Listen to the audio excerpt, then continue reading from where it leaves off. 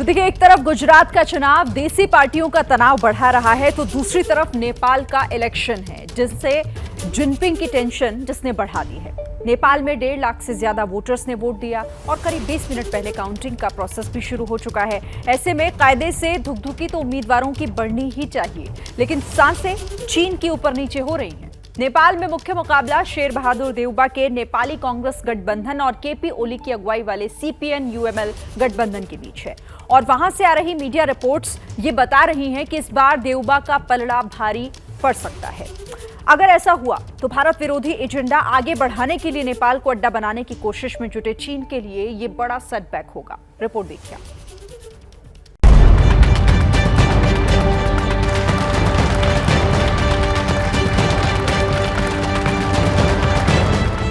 खुद को शांत दिखाने की चाहे जितनी भी कोशिश कर लें, बीजिंग वाले लाल कप्तान की धड़कनें बढ़ी हुई हैं, सांस अटक रही है और पसीने छूट रहे हैं।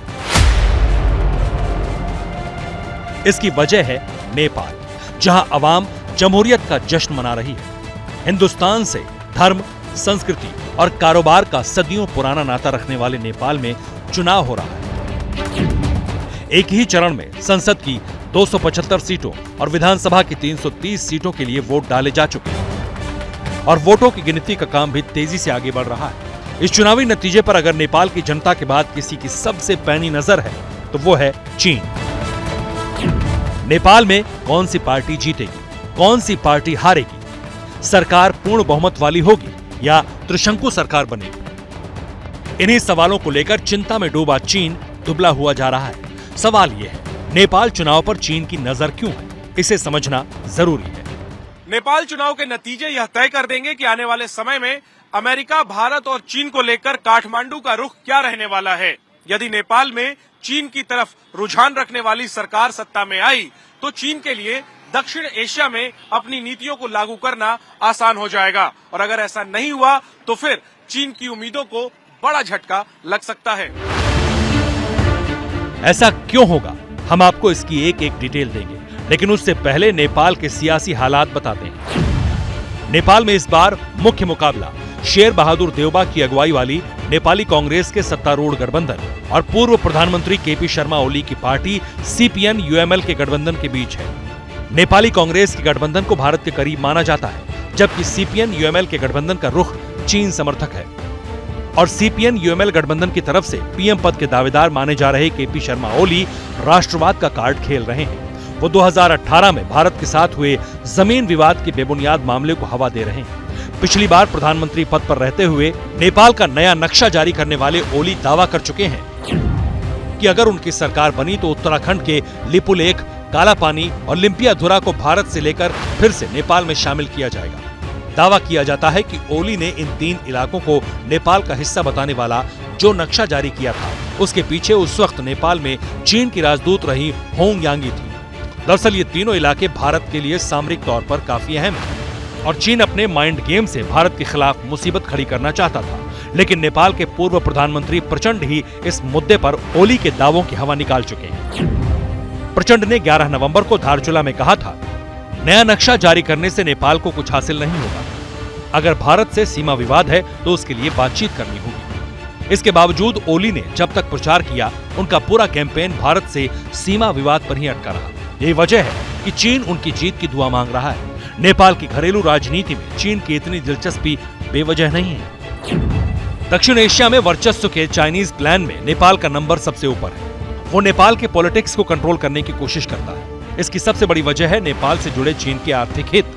श्रीलंका की तरह नेपाल को कर्ज के जाल में फंसाता जा रहा चीन अपने बेल्ट रोड इनिशिएटिव यानी BRI के जरिए नेपाल की इकोनॉमी कंट्रोल करना चाहता है। वो फ्री ट्रेड कनेक्टिविटी के नाम पर नेपाल को अपनी शर्तों के जाल में फंसा रहा है। चीन नेपाल में भी अपनी करेंसी लागू करना चाहता है। चीन ने इसके लिए नेपाल के साथ कई प्रोजेक्ट साइन किए हैं। चीन ट्रांस हिमालयन रेलवे नेटवर्क को रफ्तार देना चाहता है और इस रफ्तार में कहीं रोड़ा ना अटके, इसके लिए चीन नेपाल में अपनी पसंद की सरकार चाहता है। इसके लिए वो शुरू से कोशिश करता रहा है। नेपाल की घरेलू सियासत में अपनी एक्टिविटी लगातार बढ़ाता रहा है। याद कीजिए, नेपाल में 2020 के आखिरी महीनों में गहराया सियासी संकट। तब नेपाल के प्रधानमंत्री रहे ओली ने नेपाल की संसद भंग कर दी थी। कहा जाता है कि उनके इस फैसले के पीछे भी चीन का हाथ था। चीन नेपाली कम्युनिस्ट पार्टी की टूट से परेशान था और प्रचंड ओली को एक बार फिर एक साथ लाना चाहता था, लेकिन उसकी ये चाहत परवान नहीं चढ़ी।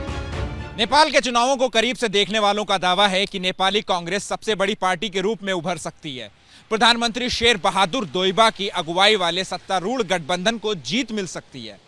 केपी शर्मा ओली की अगुवाई वाली पार्टी सीपीएन यूएमएल दूसरे नंबर की पार्टी तो बन सकती है, लेकिन वो जिस गठबंधन की अगुवाई कर रहे हैं उसका संसद में बड़ी ताकत बनना मुश्किल है।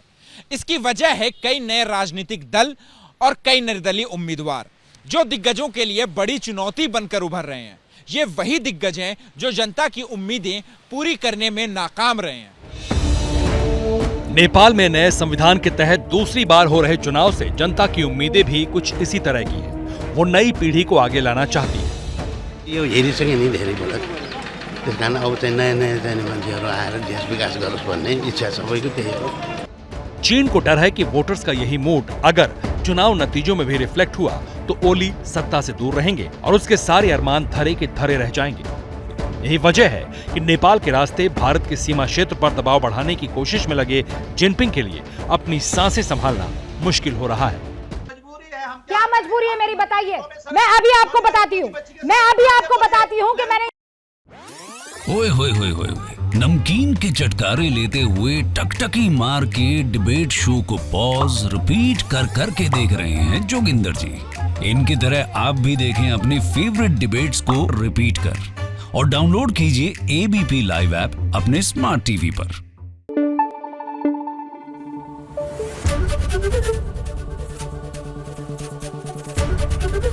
एबीपी न्यूज आपको रखे आगे।